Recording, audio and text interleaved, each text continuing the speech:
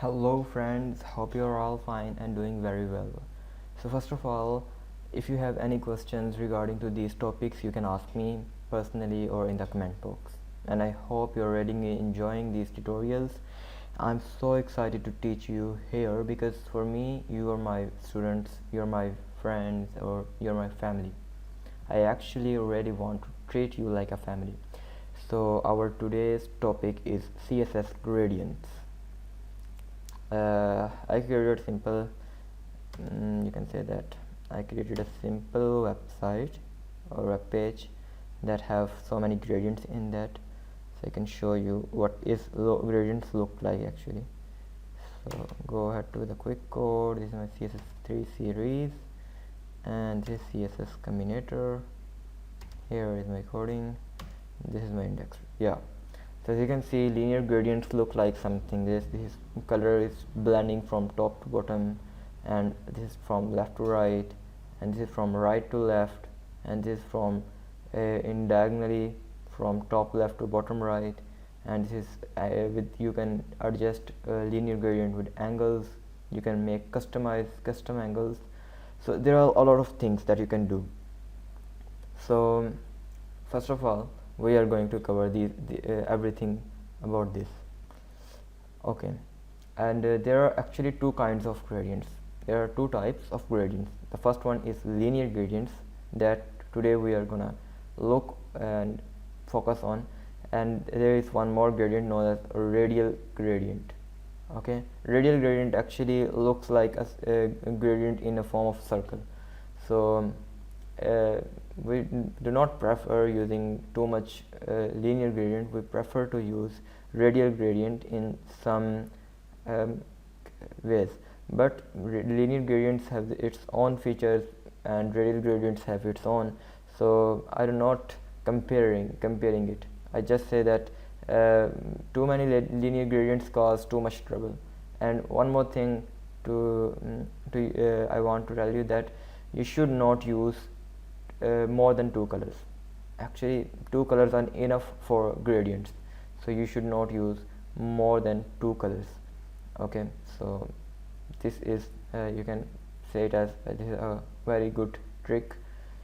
Or it if you use multiple colors in your gradient, so it causes so much eye hurt, and actually it won't look great. So that's why I always use two colors. Now let's jump on the coding session to show you how we can create your custom gradients. Yeah, it's very simple. First of all, this is my desktop, and I'm gonna here take some initial steps as usual as before as we are taking. So I can say it as a linear gradient, and I'm going to open it in VS Code editor. So this is my VS Code editor, and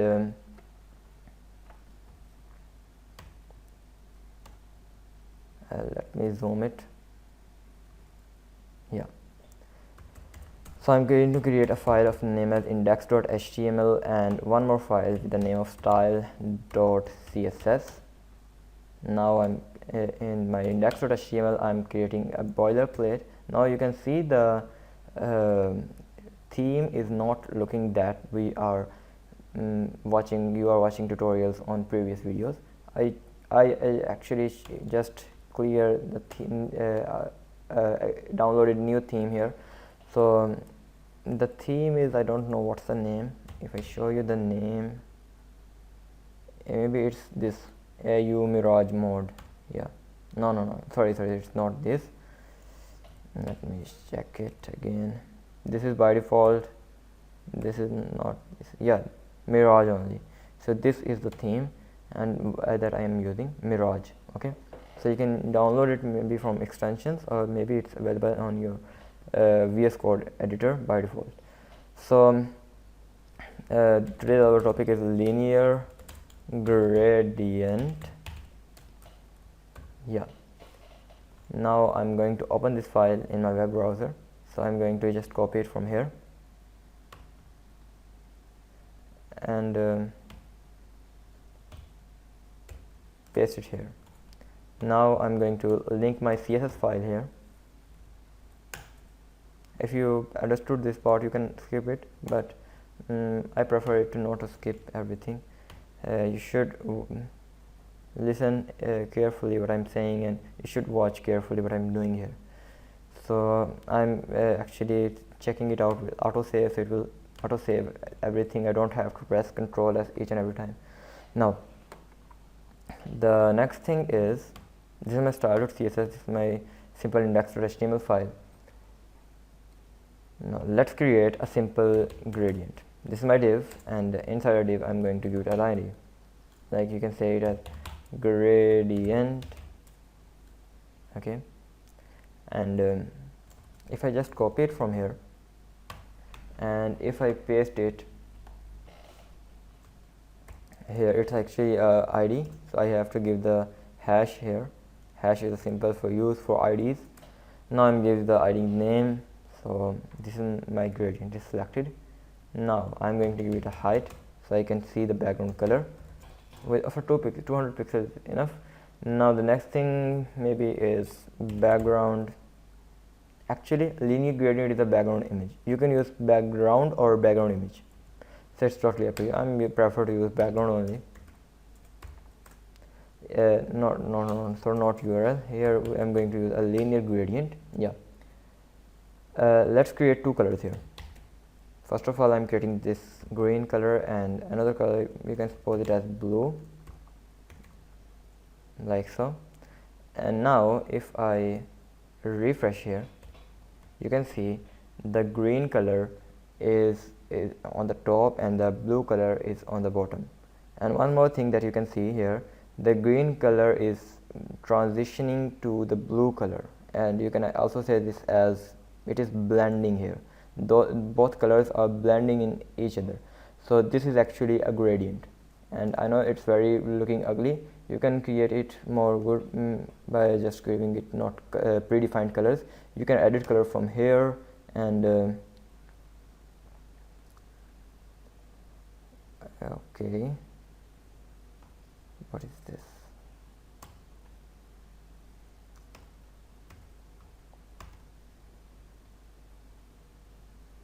Oops, I don't know what is happening here. Okay, actually my system got hit up, that's why it is creating this cause. Now you can see this this is looking a little good here, and if I change it to a little dark, yeah, like so. And if I now refresh it here, now it looks good. You can also create, actually what is happening, this is my first color and this is my second color, and the you can see the flow of the gradient is top to bottom. So by default, if you just give two parameters here in the linear gradient, you can see this kind of behavior. The behavior is like top to bottom. You can also change it, like if you want to make this color move left to right. So you can do it, but it's very simple. You can just put to right here.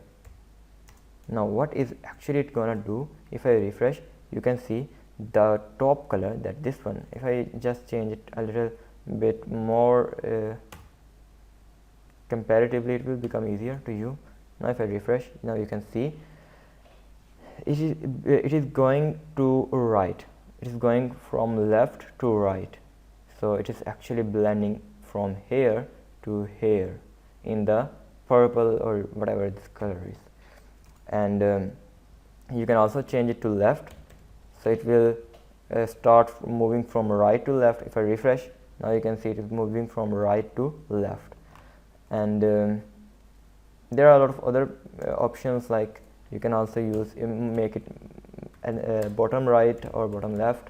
Now if I refresh, now you can see it is coming from top to bottom, and the it is moving diagonally, but in to bottom right. So actually it is moving to left to bottom right. So this is its left area, and it is moving from to its bottom right. So this is its bottom right. So this you can see the blending is starting from the top left and ending on the bottom right. So you can also do this. You can also change it from to bottom left, and if I refresh, now you can see it is top and it is moving from here to here.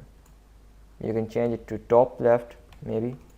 If I refresh, now you can see it is from moving from bottom to its top left. Yeah, so there are a lot of opportunities that you can do. And actually I really don't prefer to use to center, to right, to left, to bottom. But actually it's not a good idea. I really prefer here to use degrees. You can use angles here, so it's very simple. So for giving an angle here, you can say that 0 degree.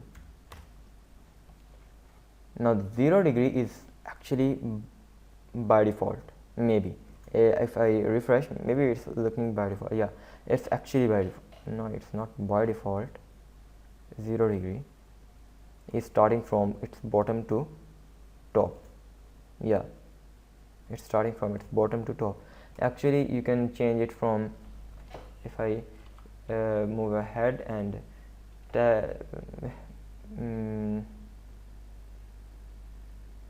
yeah, the 0 degree is actually start from its bottom and go to the top. So it is actually start from its bottom and going to top. And if you use here 90 degree, you can choose random degrees. I'm just choosing the absolute degrees here that are often used in mathematics or whatever.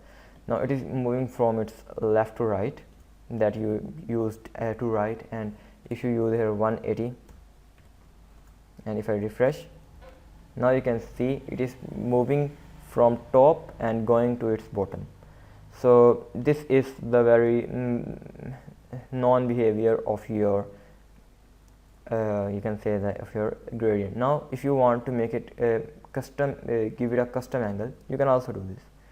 So custom degrees, I love giving it custom degrees, and I love to inspect it in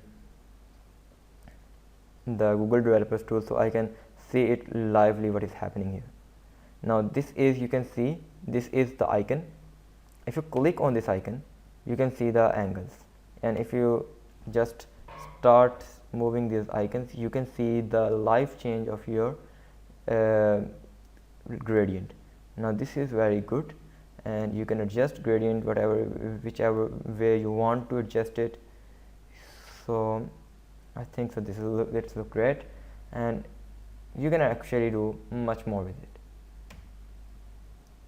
If you add a color, another color here, like red, and if you change it to something a little bit light color, so something looks here, and if I refresh, now you can see you can actually give custom colors here. If I change it to 280, refresh, you can see the custom colors here. So the more the colors, it won't look great. Yeah, you should use 2 colors only. So this is all about linear gradients. Okay, so I do not prefer using multiple too much gradients in your website, but it's actually if your content is looking good with gradients, you can use gradients. If it is not, then you should not use gradients. And one more thing, your website should display text or whatever the content is. Your website should display the text, the priority where our eyes goes when I visit, and when someone visit your site, the priority of his or her eye starts looking on the content first, not on the backgrounds, images or whatever. So always make sure that you are using the images in maybe blur form, maybe you can overlay on it, or maybe you can change the opacity, or maybe you can use light colors, so it won't affect your content. Users only see your content, watch your content and read your content, and do not look on the backgrounds too much. Actually I want to say that your backgrounds should not pop up. Okay, So this is actually the theory of colors, and this is the theory of web design that I am covering in each and every video. So this is everything about linear gradients. Yeah, you can actually do much more with other gradients like radial gradients actually. So I do not prefer using too much radial gradients, but many people like to use radial gradients, and it is maybe sometimes looks very great. So let me show you what linear gradients look like. So it's very simple. Instead of using here a linear gradient, you can set radial gradient here. Okay,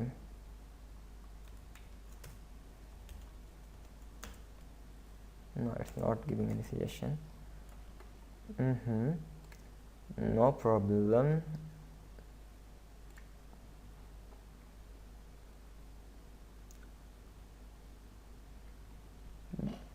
Actually it should give any suggestion here, but it is not giving any suggestion. Radial, yeah, it's giving actually. Now I'm just going to delete it from here, as simple as it is. And if I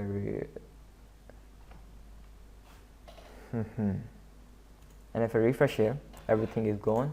Now I can show you here that if you use a color here like a red, if you refresh, nothing is changed, because any kind of gradient, whether it is a linear gradient or whether it is a radial gradient, you have to use two colors at least. So I'm using here one more color like yellow, and now if I refresh here, you can see the linear gradient starts from its center like a circle actually. So you can use another color like green, the famous one. If I refresh, now it looks like something, yeah, this. And if you change it to there are a lot of options here, like let's suppose if I give it a width here, maybe it will behave like a circle. If I give a width of 200 pixels, now if I refresh, now you can see it looks like a circle, or it looks like a sun here. So actually you can play around with it, it's totally up to you. If I changing here the height to VH and also here to VH and set it to 100 and also 100, if I refresh now, you can see what is here. Actually if I give it a 100 VH and VW actually, that's why I'm, yeah, now it looks like something this. It's the total width of your viewport and total height of your viewport. And now if I actually reset my CSS and set its margin to 0 and padding also to 0 and box sizing to border box, now if I refresh, the scroll bars are gone from here, but it's not looking like a circle. And if you want to make it a circle, maybe here's one more thing that you can do, is write a circle here.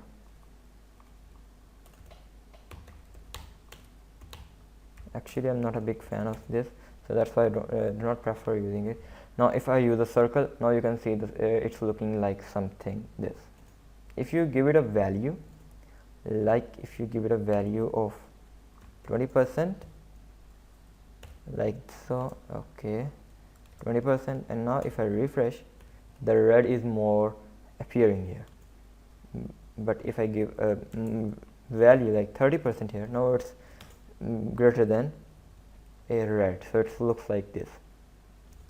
And if you give a value here also like 10%, now you can see the weird behavior, it looks like this. So actually I am just specifying the values, that this color, the red color should be 20, yellow color should be 30, and green color should be 10. So that's why it is actually blending in this way. A red color is blending like 20%, yellow color is blending 30%, and green color is blending 10%. It's actually, you can say, the color stops. So I do not prefer using this color stops here too much. And how I use radial gradients in my websites. I use it like, first of all, I'm just removing from here. Now if I show you, it's something looks like this. Now I know it's not looking good. I'm just going to remove it from here also, and this is also. And if you show you, it's something looks like this, and I'm going to remove this one also. Now it's something looks like this, and if I use a circle here, maybe it's so good. Yeah, it's fine. And then I just use very light colors near to something here, and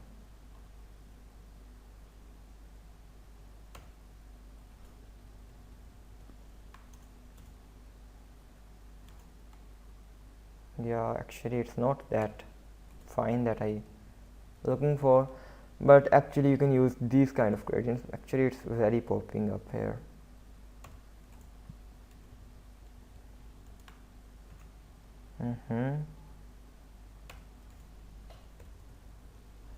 Actually you should use these kind of gradients. The very less the effect of on your eyes, the more users will attract to your websites. So this is the very good theory about everything. We covered here linear gradient and radial gradient, and we covered linear gradient in more details, but we covered radial gradients also in detail. And actually radial gradient is that enough for you, and it is actually enough. And you can, if you search on the internet about radial gradients, it is totally just that I told you here. It's that much available on the internet. Yeah, and I prefer you to search these topics and read the articles about these topics also. Maybe there are a lot of other tricks that other developers are doing, maybe I'm not doing, but I actually make my appear to you my full effort here, so you can learn everything from only this resource. So hope you enjoyed this tutorial. If you have any question or query, you can ask me in the comment section, or you can send me your query personally on my WhatsApp number. And if you don't have my WhatsApp number, you can go through you should go on my Facebook account and search the quick code channel there, and you can message me there, then I will send you. And actually I have uploaded my number there also. You can, if you scroll on many of the articles or many of the links, then you will find my number, or you can simply text me and I will simply answer you there on Facebook also. So I'm very active on Facebook and on WhatsApp and on YouTube also. So it's totally up to you where you want to ask me. If you ask me on YouTube, then everyone learn from there. And if you want to just know personally, if you feel free, if you are not feeling free on asking me on comment section, you can ask me on WhatsApp number. So that's as simple as it is. And if you really enjoyed this tutorial, then you can you should share this if you want to share this, okay, so everyone can benefit from here. Thanks for watching this tutorial, and hope you enjoyed this.